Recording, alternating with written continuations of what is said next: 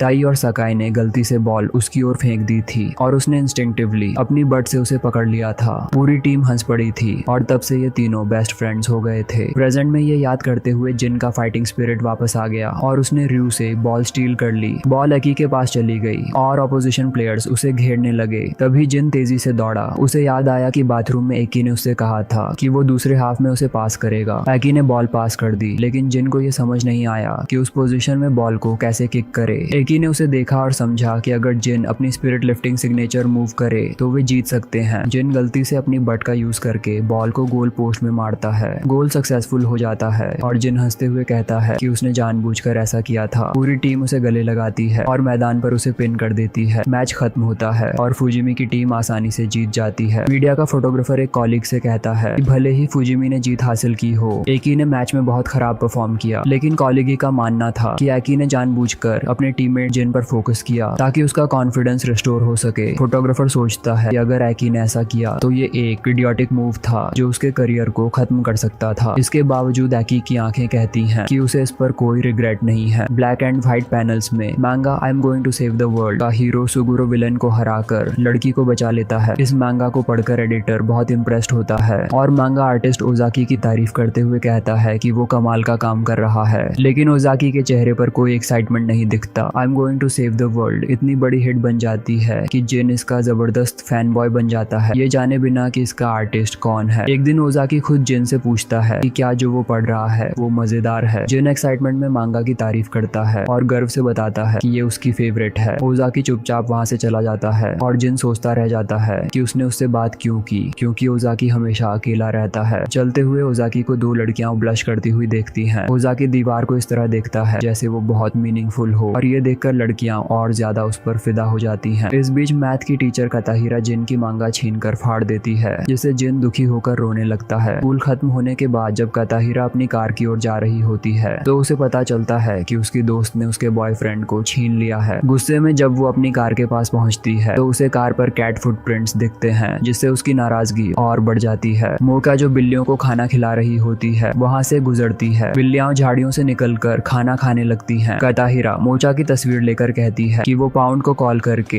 इन बिल्लियों को पकड़वा देगी। मोका टीचर को ऐसा न करने की रिक्वेस्ट करती है, लेकिन टीचर नहीं मानती। वो अपने फोन से कॉल करने लगती है और मोका सोचती है कि अपनी किटन्स को बचाने के लिए क्या किया जाए। तभी ओजाकी वहाँ से गुजरते हुए देखता है कि मोका टीचर को बैट से मारने वाली है। ओजाकी तुरंत टीचर का फोन छीनकर दूर फेंक देता है और बिल्लियों को गोद में उठा लेता है। वो कहता है कि ये बिल्लियां उसकी हैं। कताहिरा गुस्से में उससे कहती है कि उसे उसके फोन का हट जाना भरना होगा, लेकिन ओजाकी पलटकर जवाब देता है कि उसे भी जिन की मांगा का मुआवजा देना चाहिए क्योंकि उसने जिन से उसकी कीमती चीज छीन ली। ओजाकी की ये बात सुनकर कताहिरा रियलाइजेशन में डूब जाती है। उसे एहसास होता है कि वो भी अपनी दोस्त की तरह है जिसने उसका बॉयफ्रेंड छीन लिया था। इस गिल्ट से घबराकर और अपने के पर शर्मिंदा होकर कताहिरा जमीन पर बैठ जाती है। फिर ओजाकी का एडिटर उसे स्कूल से पिक करता है। गाड़ी में वे बिल्लियों को भी साथ ले जाते हैं। अगले दिन जिन I am going to save the world का नया चैप्टर पढ़ रहा होता है, जिसमें सुगुरो एक गांव की बिल्लियों को बचाता है। ओजाकी गलियारे से गुजरते हुए देखता है कि मोका फ्लोर साफ कर रही है। उसके शर्ट पर एकी फॉर लाइफ लिखा होता है और ओजाकी ये सोचता है कि शायद एकी ने उसे ऐसा करने के लिए कहा होगा। ओजाकी छत पर जाता है और वहाँ यूरी को गाकू को एकी थीम वाला लंच बॉक्स खिलाते देख हैरान हो जाता है। बाद में सॉकर प्रैक्टिस के दौरान एकी की फैन क्लब उसकी तारीफ करती है और उसके ऊपर टॉवल्स फेंकती हैं। एकी उन्हें क्लेवरली डॉज करता है और ये देख लड़कियां उसे और भी ज्यादा पसंद करने लगती हैं। ये सब देखकर मांगा आर्टिस्ट ओजाकी और ज्यादा कंफ्यूज हो जाता है। घर पर ओजाकी आकी को एक कैरिज्मेटिक और इविल फिगर के रूप में इमेजिन करता है। इसी थॉट से इंस्पायर्ड होकर वो एक नया चैप्टर लिखता है जिसमें सुगुरो और उसका छोटा डोडार बॉबल एक ज़ॉम्बीफाइड शहर से गुजरते हैं जिसे ब्लू विजर्ड नाम का विलेन कंट्रोल कर रहा होता है। जब जिन और उसके दोस्त नया चैप्टर पढ़ते हैं, उनकी जबरदस्त एक्साइटमेंट देखकर ओजाकी हैरान रह जाता है। स्टूडियो में एडिटर उसे बताता है कि ब्लू विजर्ड इंस्टेंटली हिट हो गया है। ओजाकी को ये समझ नहीं आता क्योंकि उसने विजर्ड को सेल्फिश और मैनिपुलेटिव दिखाया था। घर पर वो विजर्ड को और भी इविल बनाता है और एक ऐसा चैप्टर लिखता है जिसमें वो अपनी फीमेल एडमायरर्स को धोखा देकर खत्म कर देता है। लेकिन अगली सुबह एडिटर बताता है कि ब्लू विजर्ड की पॉपुलैरिटी और भी बढ़ गई है, जिससे ओजाकी परेशान हो जाता है। स्कूल से घर लौटते समय वो एकी का पीछा करता है। रास्ते में एक बूढ़ा आदमी अपने डॉग को संभाल नहीं पाता और वो एकी की तरफ भागता है। क्लीन फ्रीक एकी डॉग से बचने की कोशिश में परेशान हो जाता है। ओजाकी को एक नया आइडिया आता है और वो चैप्टर लिखता है जिसमें ब्लू विजर्ड डार्क बॉबल से डरकर भाग जाता है। ये चैप्टर इतना पॉपुलर होता है कि इसके मर्चेंडाइज की भी भारी डिमांड हो जाती है। ओजाकी और भी परेशान हो जाता है और विजर्ड को और इविल बनाने का प्लान करता है। वो एक पूरे प्लेनेट को डिस्ट्रॉय करने का कॉन्सेप्ट लाता है, लेकिन एडिटर इसे रिजेक्ट कर देता है।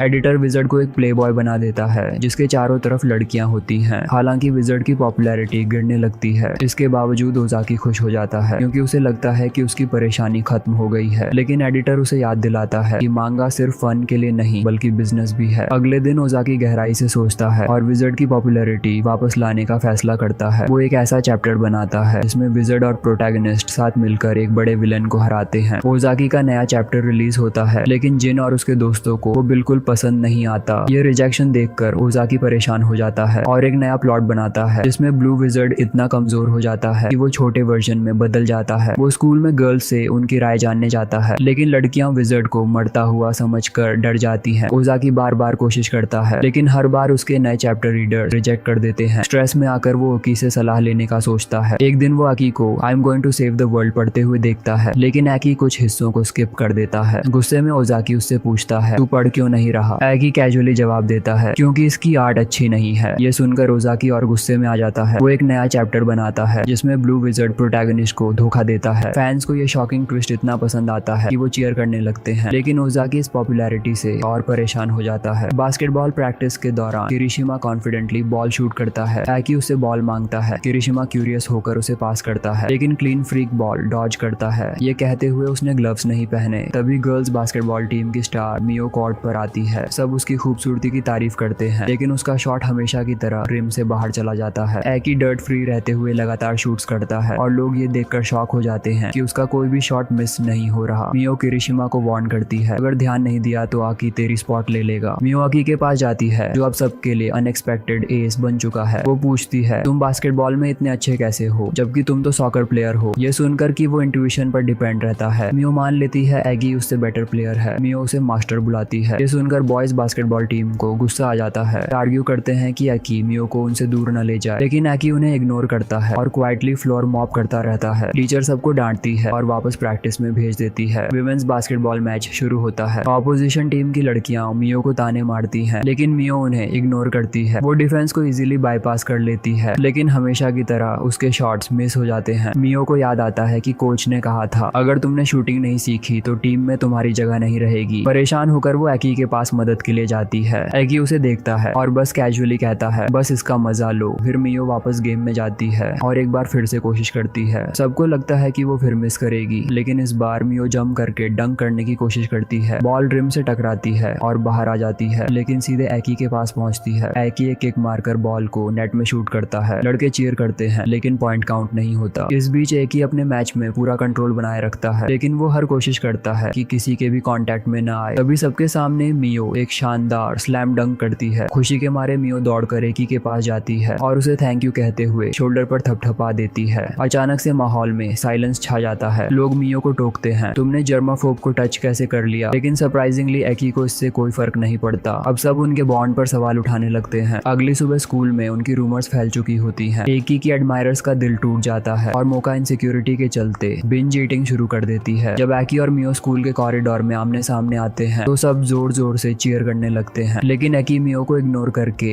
एक लड़की आरा को हैंडशेक के लिए कहता है। आरा शर्मा कर ये एक्सेप्ट कर लेती है, लेकिन फिजिकल कांटेक्ट के चलते एकी गिर जाता है। बाद में एकी का फिर से मियो से सामना होता है। मियो प्राउडली अपने स्कोरिंग स्टैट्स के बारे में बताती है, लेकिन एकी उसे कुछ अनएक्सपेक्टेड प्रपोज करता है। Arm wrestling. दोनों आर्म रेसल शुरू करते हैं। एकी ग्लव्स पहनकर डेस्क को कसकर पकड़ लेता है। बाकी लोग सोचते हैं मियो में ऐसा क्या खास है कि एकी उससे इतना कंफर्टेबल है। जैसे ही आर्म रेसलिंग इंटेंस मोमेंट चल रहा होता है, मियो का एक बटन खुल जाता है और गेम रुक जाता है। लंच टाइम पर रूफटॉप पर मोका अपने क्रश एकी को दूर से देखती रहती है। एकी नियर बाय बैठे एक कपल को ऑब्जर्व करता है। थोड़ी देर बाद वो मियो को लंच बॉक्स देता है और कहता है कि नेक्स्ट टाइम तुम्हें मेरे लिए लंच लाना होगा। ये बात उनके डेटिंग रूमर्स को और बूस्ट कर देती है। अगले दिन मायो प्रिंसिपल के ऑफिस के बाहर एकी को लंच देती है। सब लोग इंतजार कर रहे होते हैं कि क्या एकी मियो का बनाया खाना खाएगा। जैसे ही एकी ऑमलेट खाने वाला होता है, बॉयज की बास्केटबॉल टीम अंदर आकर पूरा खाना खा जाती है। सरप्राइजिंगली एकी कोई विरोध नहीं करता। फिर वो मियो को अपने आने वाले मैच में इनवाइट करता है और मियो खुशी खुशी एक्सेप्ट कर लेती है। ऑनलाइन गेम खेलते हुए शायन एकी से उसकी रोमांटिक लाइफ के बारे में पूछता है। एकी कैजुअली कहता है मुझे खुद नहीं पता कि मैं क्या फील करता हूँ। इसके बाद वो गेम में मॉन्स्टर से लड़ने चला जाता है। मैच के दौरान एकी यूजुअल स्टाइल में कोर्ट पर डोमिनेट करता है, लेकिन अचानक वो मियो के पास जाकर उससे हाई फाइव करता है। सब लोग शॉक्ड हो जाते हैं। मियो कहती है रिलैक्स, हम डेट नहीं कर रहे हैं। ये सुनकर माहौल चिल हो जाता है। वो क्या सोचती है एकी शायद हमेशा से ऐसा करना चाहता था, चीयरिंग, आर्म रेसलिंग और दूसरों के हाथ से खाना खाना, लेकिन वो सिर्फ मियो के साथ ऐसा कंफर्टेबल फील करता है। हाई फाइव के बाद एकी की स्माइल उसे और भी प्यारी लगती है। इस बीच उमिया, जो एक जूडो एथलीट है, अपने ओपोनेंट को नीचे पटक देता है और अपनी स्किल्स से सबको इम्प्रेस करता है, लेकिन जैसे ही उसका सीनियर अचानक उस पर हमला करता है, उमिया उसे भी आसानी से पटक देता है। ये देखकर कोच बहुत खुश होते हैं और उसे जूडो टीम का फ्यूचर मानते हैं, लेकिन शॉकिंगली उमिया जूडो टीम छोड़कर सॉकर टीम ज्वाइन कर लेता है, भले ही उसने पहले कभी सॉकर नहीं खेला हो। तभी जूडो कोच गुस्से में मैदान पर आकर उससे पूछते हैं तुमने टीम क्यों छोड़ी, क्या मेरी कोचिंग स्टाइल ने तुम्हें परेशान किया। उमिया शांत रहता है और तभी मोका की मदद के लिए एक भारी टोकरी उठाने के लिए दौड़ पड़ता है। कोच को समझ आ जाता है कि उमिया ने टीम मोका की वजह से छोड़ी है। गुस्से में कोच उस पर चार्ज करता है, लेकिन उमिया फिर से उसे नीचे पटक देता है। आयरॉनिकली जिस जिस मौका के लिए वो इतना पागल था वो एकी की मदद एक्सेप्ट कर लेती है। अगले दिन टीम के सभी मेंबर्स उमिया के लिए सॉरी फील करते हैं। उन्हें पहले से पता है कि उसका क्रश मोका है और वो किसी और से डीपली प्यार करती है। मोचा की नजर एकी पर देखते हुए उमिया अचानक स्टार प्लेयर को 1-on-1 चैलेंज कर देता है। सबको पता है कि ये आइडिया अच्छा नहीं है, लेकिन कोच फिर से आकर कहता है मेरा स्टूडेंट किसी भी हालत में पीछे नहीं हटेगा। सरप्राइजिंगली उमिया मैच में अच्छी टक्कर देता है और एक क्लोज टैकल भी करता है, लेकिन जैसा एक्सपेक्टेड था रिजल्ट हार में बदल जाता है। टेंशन के बावजूद कोच उसे चिल्लाकर कहता है डोजो वापस लौट आओ, लेकिन उमिया को इससे कोई फर्क नहीं पड़ता। उसकी नजर मोका पर टिकी होती है और वो अपने डिटर्मिनेशन के साथ आगे बढ़ता है। थोड़ी देर बाद उमिया मोचा के पास जाता है। उसकी इंटेंस प्रेजेंस देखकर मोका अपना बैट पकड़ लेती है, लेकिन उमिया सिर्फ उसकी मदद का ऑफर करता है। इसे देखकर बाकी मेंबर्स कहते हैं कि उसकी कोशिशें बेकार जाएंगी। मोचा ये सब सुन लेती है और सरप्राइज होती है जब मीवा लड़कों के स्टॉल से क्लीनिंग मटेरियल्स लेकर बाहर निकलती है। अगले कुछ दिनों तक उमिया रिलेंटलेस रहता है और मोका की मदद करता है। एक दिन मोका उसे रबर ग्लव्स देते हुए उसका शुक्रिया अदा करती है और उसके हाथों की चिंता करती है। वे क्लीनिंग फिनिश करते हैं, लेकिन तभी एकी आता है और साफ जगह को दोबारा साफ करने लगता है। उमिया कॉर्नर में छिपकर मोका से पूछता है कि वो एकी से इतना प्यार क्यों करती है। मोचा कोई क्लियर आंसर नहीं दे पाती और बस इतना कहती है कि उसे अचानक ये रियलाइजेशन हुआ। उमिया इसे समझता है क्योंकि उसने भी मोचा के लिए यही फील किया था। बाद में वो एकी से कन्फ्रंट करता है और कहता है मैनेजर ने पहले ही सफाई कर दी थी, लेकिन एकी कहता है कि जब तक वो खुद नहीं करेगा उसे सेटिस्फैक्शन नहीं मिलेगा। उमिया एक बार फिर मोका से बात करता है और कहता है कि वो उसके सपनों को पूरा करेगा। फिर वो एकी को कैट फेस्टिवल का पोस्टर देता है और उसे और मोका को इनवाइट करता है। एकी के इंटरेस्ट को देखकर उमिया मोचा को सिग्नल देता है कि सब सही दिशा में जा रहा है। फेस्टिवल के दिन मोका का दिल जोर से धड़क रहा होता है क्योंकि उसे लगता है कि ये एकी के साथ उसकी डेट जैसी होगी। जू के एंट्रेंस पर सब इंतजार करते हैं। एकी फाइनली आता है और कैट टॉयज के साथ एक्साइटेडली खेलता है। सब एनिमल्स को एंजॉय करते हैं जबकि मोका और उमिया अपने अपने क्रशेस को घूरते रहते हैं।